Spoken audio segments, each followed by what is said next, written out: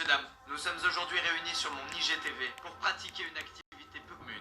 Nous allons aujourd'hui cuisiner de nouveau. Ça faisait longtemps qu'on s'était pas retrouvé sur mon IGTV, écoutez-moi bien. Suite à ma performance extraordinaire dans notre précédente vidéo cuisine, il n'y en a eu qu'une, celle dans laquelle on a fait des raviolis. Ah, mais qu'est-ce qui se passe? Manger Bouger, qui est un programme de santé publique, m'a contacté dans le cadre de leur opération en 2. J'ai pris une voix dramatique, pourtant ça va être super. En 2-2, c'est 6 recettes faciles à faire, pas chères et bonnes pour la santé. Vous le savez, je ne sais faire que 2 plats, à savoir des coquillettes avec de l'emmental râpé et du riz avec du citron. Le citron ne met pas d'accord tout le monde, qu'en pensez-vous? Il était temps, à 24 ans, d'apprendre à cuisiner d'autres plats faciles à faire. Avant qu'on se retrouve en cuisine pour faire de la gastronomie, je vous rappelle que sur le site mangerbouger.fr, vous pouvez retrouver plein de conseils, d'outils et de recettes pour vous aider à mieux manger et à bouger plus, évidemment. Il est maintenant temps de se transformer en Squeezie et Chebes. C'est parti.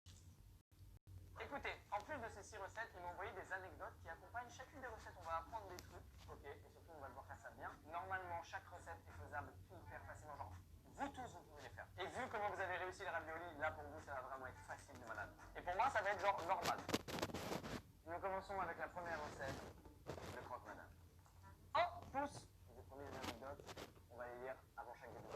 Un croque que l'on cuisine soi-même est meilleur pour votre santé, car vous limitez les sels, le sucre et les additifs. On connaît tous quand t'achètes un plat déjà préparé, généralement il est bien moins bon pour la santé que si tu le prépares toi-même. Et contrairement à ce que l'on pourrait croire, un croque fait maison n'est pas toujours plus cher qu'un croque tout préparé. Deuxième anecdote, quand on a vraiment la flemme de cuisiner, on peut choisir un plat préparé avec un logo Nutri-Score A ou B, meilleur pour la santé. Ça je les regarde, surtout sur les aires d'autoroute quand j'achète des sandwichs triangles. C'est pas bien, mais quand tu peux pas faire autrement, ça sauve, en vrai. Et ben je me fie au Nutri-Score. Et des fois il y en a un, il me fait trop de l'œil et je vois il est Nutri-Score D.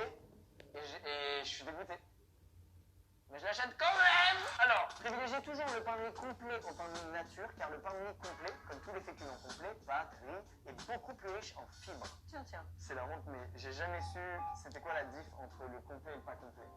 Je suis tellement désinformé ou ignorant, c'est horrible. Genre, je croyais juste que c'était un truc marketing. Eh, nous, il est complet, hein. Prenez-le. Ah, ok, le sien est complet, je le prends. Les œufs sont une très bonne source de protéines. Ça, je le savais grâce à un célèbre youtubeur fitness. Et peuvent être une bonne alternative économique à la viande et aux poissons. Il est temps de le faire, ce croque-madame. Les ingrédients: 4 tranches de pain de mie complet, 2 tranches de jambon d'Inde, 40 g d'emmental râpé, 2 œufs, une petite salade, 3 cuillères à soupe d'huile de colza, une noisette de beurre, une pincée de sel, une pincée de poivre, une cuillère à soupe de vinaigre. Wow. Ça m'a mis un coup de pression là. Eh, j'ai tout préparé avant les amis. Regardez, tout est là. Alors, prends 2 tranches de pain de mie, pose une tranche de jambon de dinde sur chacune, un peu d'emmental râpé par-dessus. Pas tout le sachet, hein. Et referme les 2 sandwichs avec 2 autres tranches de pain. Ok. Tac.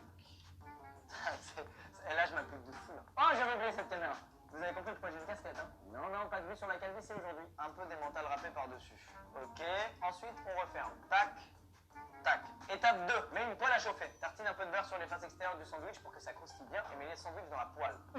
C'est chaud, je viens de me brûler. On répartit un peu l'huile. Laissez cuire 3-4 minutes de chaque côté. Ok. Alors, on va avancer sur le reste en attendant. C'est qu'on est des chiens, tu sais ce que c'est de... Regarde, viens ici. Montre-toi aux gens. Il est à l'affût là, il n'y a rien dans ma main. Dans un petit bol, mélange 2 cuillères à soupe d'huile de colza, 1 cuillère de vinaigre. Ok. 1, 2... Manger Bouger, je vous remercie pour une chose, les recettes sont précises. Et ça me fait plaisir. Il n'y a pas de cuit à peu près et 1 cuillère de vinaigre. Hop, là, j'ai ma vinaigrette. C'est si simple une vinaigrette, mais j'ai honte de ne pas en avoir fait plus dans ma vie. Bon, normalement les beaux gosses, vous avez la pince là, à salade là, que les gros beaux gosses aiment avoir. J'ai ma petite vinaigrette. Oh là là. Alors ça c'est... Moi j'adore le vinaigre. Ah, j'adore ça, tout ce qui est bien acide là, qui te tue la gueule. Oh là, c'est en train de brûler. Oh là là là là là là là là. En vrai, ça va. En vrai, ça va. Messieurs, dames, ça m'a l'air prêt. Bah d'ailleurs, je vais le mettre du côté pas cramé, ce sera plus joli, tiens. J'adore le pain bien doré là. Miam. Alors maintenant, les œufs. Alors des œufs, j'en ai fait pas mal depuis la dernière vidéo. Franchement, c'est vraiment pas dur de réussir des œufs. Toujours un peu d'huile pour pas que l'œuf colle et se retrouve pris au piège. Évidemment, moi, j'aime bien les saisir. Je dis des mots culinaires au pif pour faire genre, est-ce qu'on peut saisir un œuf, je sais pas. Étape 5 du coup. Mets un peu d'huile dans une poêle et fais-la chauffer. Casse 2 œufs sur le bord de la poêle et verse-les dedans sans casser le jaune. Quand le blanc de l'œuf n'est plus translucide, c'est excellent. Voilà. Excellent. J'aime bien quand ils sont bien cuits, moi. Il reste plus qu'à les déposer sur les croque-monsieur pour les transformer en croque-madame, sans casser le jaune, sinon on est vraiment des méga losers. Et je ne veux pas être un méga loser dans cette vidéo. Alors, on n'est pas bien là? On est vraiment bien. Je suis un faillot de malade. Bon, je vais pas vous mentir, je vais grailler. Juste une bouchée, j'arrive. Bon.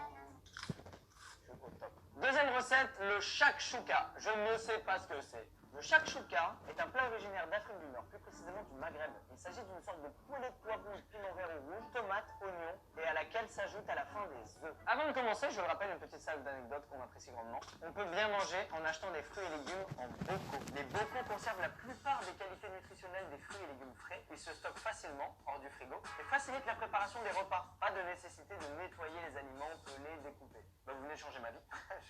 Je peux pas te dire mieux. Deuxième anecdote. En été, privilégiez des tomates et poivrons frais. Ils sont moins chers que le reste de l'année, car de saison. Et meilleurs. Anecdote. Je rebondis avec une anecdote contre l'anecdote. Tout de suite, c'est parti. Mon père, il avait chez lui, quand j'étais plus petit, un tableau où il y avait marqué tous les fruits et légumes de saison. Et c'était super pratique. D'ailleurs, je me souviens bien de quels légumes et fruits et quelle saison. Dernière anecdote avant qu'on fasse le shakushac, le shakshuka. Même s'il y a plusieurs légumes différents dans votre recette, cela ne compte pas nécessairement pour 5 légumes par jour. Ah! Quand on dit de manger 5 fruits et légumes par jour, c'est l'équivalent de 5 portions. C'est plus simple que ce que l'on pense. Une portion est ce qui tient dans une main, comme par exemple une pomme, 2 abricots ou une poignée de tomates cerises. Franchement, je peux me confesser, quand je bois un verre de smoothie, à chaque fois je me dis, là-dedans il y avait au moins 3 fruits et légumes. Non! Étape 1. C'est parti pour shakshuka. Après avoir réuni tous tes ingrédients, prends une tranche de pain et coupe-la en gros morceaux. On va faire un morpion. C'est fait les gros morceaux. Enlève la peau sèche de ton petit oignon. Je crois que c'est la première fois de ma vie que j'épluche un oignon.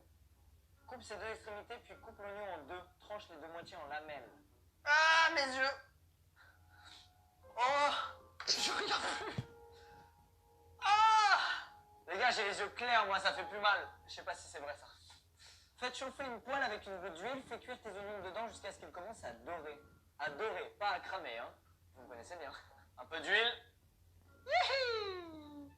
Très satisfaisant, ça.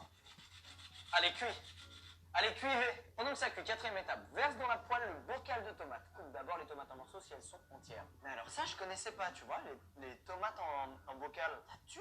Pendant que mes oignons cuisent. Est-ce que l'expression « occupe-toi de tes oignons » vient de 2 cuisiniers qui se sont embrouillés et l'un d'eux était en train de faire cuire ses oignons? C'est une vraie question. Je crois un peu à cette théorie, je vois pas d'où ça peut venir d'autre. Mais enfin bon, mes oignons sont cuits, c'est plus important. Ceux qui font sauter là, comme ça là. Putain, c'est incroyable! Ok, on va pouvoir mettre les tomates, les oignons sont bien dorés, ils sont pas cramés. Ah ouais, ils sont découpés et tout, mais il est incroyable ce bocal. Alors, nouvelle étape, le cumin. Alors ça. Une petite pincée de sel, mais on y va! Et ensuite, il faut que je mélange bien. Oh, ça sent bon! J'adore ce qui est épicé. Qui est team épicé? J'adore. Les trucs ont cette apparence-là, ils sont toujours très bons. Cinquième étape, quand les tomates commencent à fondre, casse d'un coup sec l'œuf sur le bord de la poêle, puis pose délicatement le contenu sur les légumes, sans la coquille évidemment. Écoute, les tomates commencent à fondre, donc je pense que c'est le bon moment. J'ai très mal ouvert cet œuf. Je suis obligé de vous le dire. Les gars, ce plat, ça a l'air d'être une tuerie. J'ai hâte de le goûter là. 6. Pose la poêle sur un torchon. Si tu as de la coriandre fraîche, tu peux en ajouter par-dessus. Je déteste la coriandre. Pose tes morceaux de pain. Oh là là, regardez, c'est bon, on a fini. Tac. L'œuf est cuit. Là, je vais ajouter mes morceaux de pain. Je sais pas en apparence si ça vous fait envie. Ah, ça a l'air d'aller quand même. Non? Et là, on va servir tout ça dans une assiette. C'est le moment de goûter, je vais être très honnête avec vous. Si c'est pas bon, vraiment, je vous dis c'est pas bon.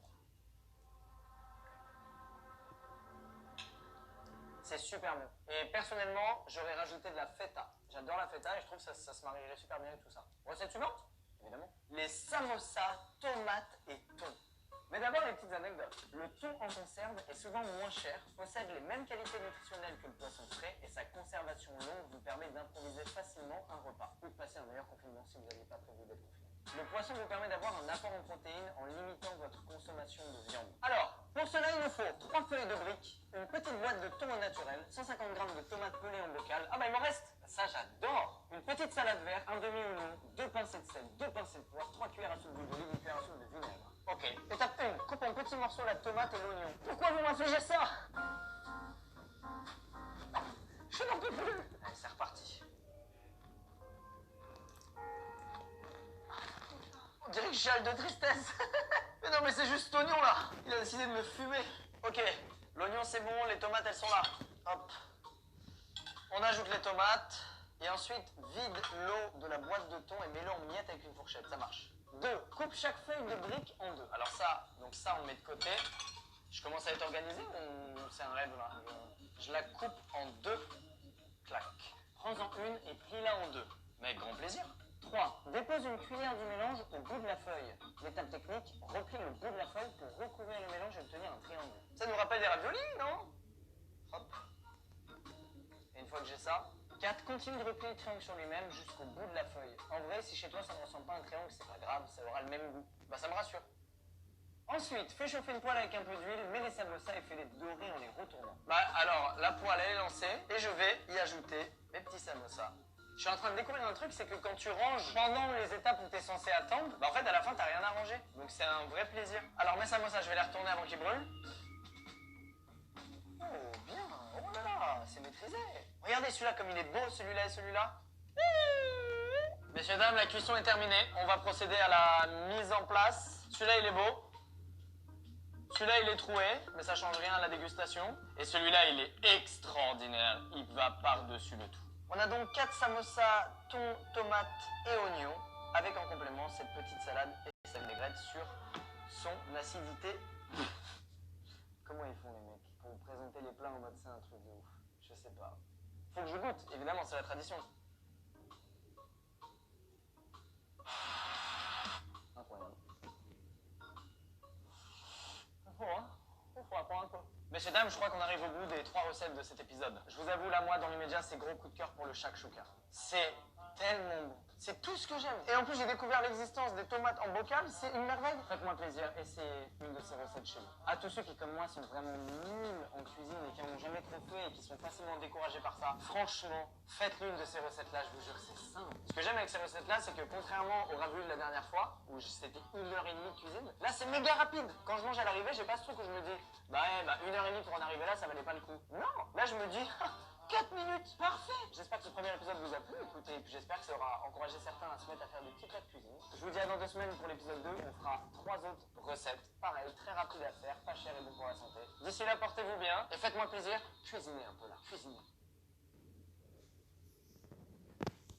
Messieurs, dames, nous sommes aujourd'hui réunis sur mon IGTV pour pratiquer une activité peu commune. Nous allons aujourd'hui cuisiner de nouveau.